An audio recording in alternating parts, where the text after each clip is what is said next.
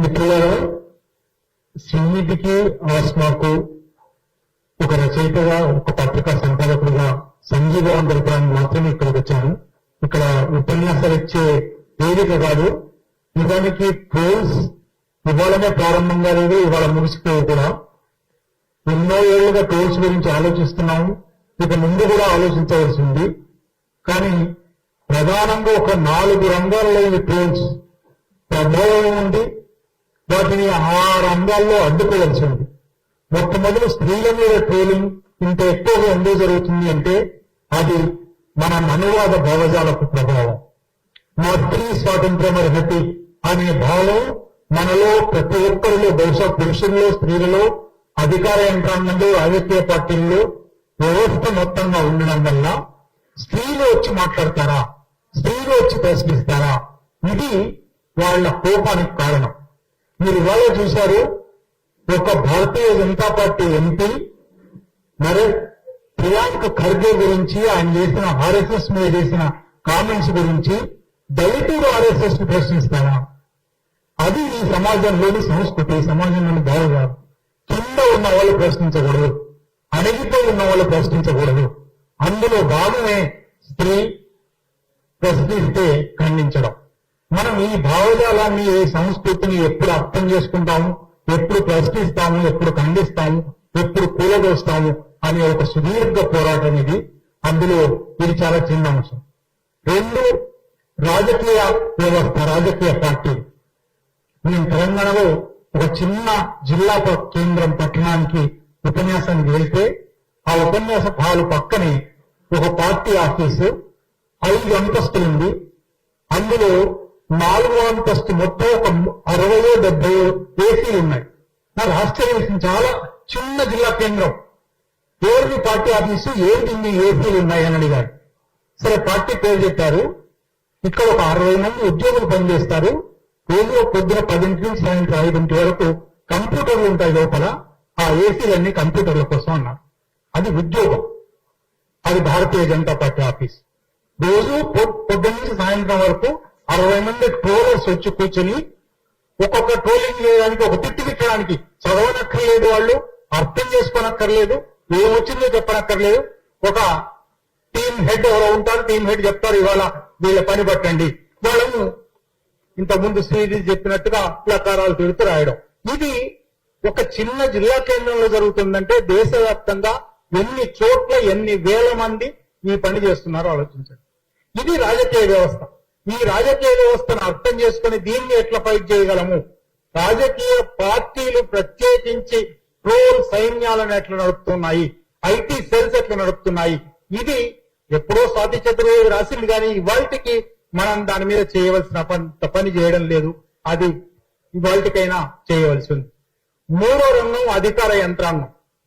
అధికార యంత్రాంగం కూడా పూర్తిగా ఈ మనువాద భావజాలంలో ఉన్నది. ఒక పోలీస్ అధికారి గాని, ఒక మంత్రి గాని, ఒక ఎమ్మెల్యే గాని పితృస్వామ్యం లేకుండా ఉంటాడు అని ఊహించగలమా?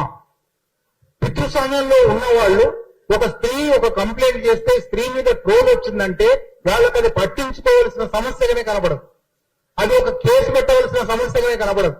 కనుక అధికార యంత్రాంగంలో కూడా ఉన్న ఈ భావజాలాన్ని ఎట్లా ఖండించగలము? అధికార యంత్రాంగం ఎట్లా మన ఇక్కడ ఇది 3వ 4వ రౌండ్ టేబుల్ సమావేశం. దానికన్నా ముందు ప్రజాస్వామ్య రచయితల వేదిక వాళ్ళ మహాసభల్లో ఒక ప్రత్యేకంగా ట్రోలింగ్ మీద సెషన్ తీసుకొని 2 రోజుల పాటు ట్రోలింగ్ మీద ఒక 20 ఉపన్యాసాలు చేసి పుస్తకం వేసింది. తెలుగు సమాజంలో ట్రోలింగ్ ఇవాళ మొదలు కాలేదు. ట్రోలింగ్ ఎన్నో ఏళ్లుగా జరుగుతుంది. ట్రోలింగ్ గురైన వాళ్ళు ఎంతో మంది ఇక్కడ ఉన్నారు. అయినా ట్రోలింగ్ ను అడ్డుకునే అధికార యంత్రాంగ చర్యలు కానీ, రాజకీయ సంస్థల చర్యలు కానీ, లేదా సమాజంలో చర్యలు, మన వ్యక్తి పరిస్థితి ఏమిటి? ఇక్కడ మనం ఇంకా ఆలోచించవలసినంతగా ఆలోచించలేదని నాకు అనిపిస్తుంది. ఒక ట్రోల్ చూడగానే దాని మీద ఎందుకు ఆ ట్రోల్ ను ఖండిస్తూ మనం ఒక జవాబు అయినా, ఒక కామెంట్ అయినా పెట్టలేకపోతున్నాము? ఇక్కడ ఉన్న వాళ్ళు చాలా మంది నాతో సహా ఈ పని చేయడం లేదు మనం. కనుక అది చెల్లిపోతుంది, అది కామన్ సెన్స్ అయిపోయింది. ట్రోలింగ్ అనేది ఎవరు పట్టించుకొని ఇంప్యూనిటీ అంటారు, అంటే విచారణాతీత, నేరాతీత శిక్షా ప్రవృత్తి. ఇది ఇవాళ పెరిగిపోయింది. ఈ విచారణ జరగదు, శిక్ష జరగదు. మనం నిజానికి శ్రీనిధి జరగగానే నేను రిపోర్ట్ చేశాను. రిపోర్ట్ చేస్తే చాలా గంటల్లో 4 గంటల్లో మీ రిపోర్ట్ అందింది. This does not go against our community standards అని నాకు, అంటే యూట్యూబ్ కానీ ఫేస్బుక్ కానీ ఇటువంటి ప్లాట్ఫామ్స్ పితృస్వామిక వాడు పైగా అది కూడా రాశాడు, mechanical and manual checking. Manual checking కూడా చేశాడట. మాన్యువల్ చెకింగ్ చేసిన వాడు కూడా అక్కడ మనవాడు ఉంటాడు. కాబట్టి మెకానికల్ చెకింగ్ లో బయటపడకపోవచ్చు. కనుక మనం చేయవలసిన పోరాటం ఎంత విస్తారమైనది చెప్పడానికి నేను మీకు మీ దృష్టికి ఇది వేస్తున్నాను. ఇది ఒక రోజు రౌండ్ టేబుల్ తో అయిపోయేది కాదు, ఒక ఖండనతో అయిపోయేది కాదు. ఇది వ్యవస్థలో ఉన్న భావజాలాన్ని కడిగే ప్రయత్నం.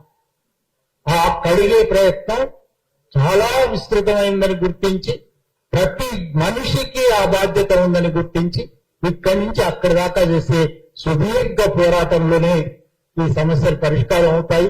మళ్ళీ ఒకసారి ఆస్మాకు, శ్రీనిధికి సంపూర్ణమైన హృదయపూర్వకమైన మద్దతు తెలుపుతూ, ఇక నుంచి ఇటువంటి ట్రోలింగ్ తెలుగులో జరగకుండా ఏం చేయగలము? రావని చెప్పినట్టుగా ఒక టాస్క్ ఫోర్స్ మనం తయారు చేయగలమా? పట్టుకోగలమా? నిజానికి ఏదో వంశీ కృష్ణ అనేది పేరుంది. వంశీ కృష్ణ ఎవరో తెలియదు. వీళ్ళందరూ అసలు మన సైకాలజిస్ట్ చెప్పారు, సోషల్ మీడియాలో ప్రధానమైనది ఏమిటంటే అనోనిమిటీ. నేనెవరో గుర్తుపట్టలేరు. ఎదురుగా మనం మనిషిని ఎదురు చూసి మాట్లాడేటప్పుడు వాళ్ళ హావభావాలను బట్టి, వాళ్ళ కళ్ళను బట్టి, వాళ్ళ ముఖాన్ని బట్టి మన ఉద్యోగాలను అణుచుకుంటాం, మార్చుకుంటాం. మాట్లాడడానికి ఒక మాట మాట్లాడొచ్చునో లేదో అనుకుంటాం. ఇక్కడ ఒక వాల్ ఉంది, సోషల్ మీడియా అనే ఒక వాల్, ఇంటర్నెట్ అనే ఒక వాల్. ఈ వాల్లో మనం అనోనిమస్, వాళ్ళు అనోనిమస్. వాళ్ళ మీద మనం ఏమైనా అనవచ్చు. ఈ అనోనిమిటీని దెబ్బతీయడానికి సోషల్ ప్లాట్ఫామ్స్ అన్నిటికీ మనం ఇటువంటి వాళ్ళ యాక్చువల్ ఐడెంటిటీ బయట పెట్టాలి అనే ఒక పోరాటం కూడా చేయవలసింది. అంటే ఇది వ్యక్తి స్థాయి నుంచి ప్రభుత్వ స్థాయి వరకు అనేక రకాల పోరాటాలు ఉన్నాయి. ఆ పోరాటాలన్నిటిలోనూ మనందరము కలిసి ఉండాలి. ఈ పోరాటం ఇవాళతో ముగించకూడదు అని విజ్ఞప్తి చేస్తూ నాకు అవకాశం ఇచ్చినందుకు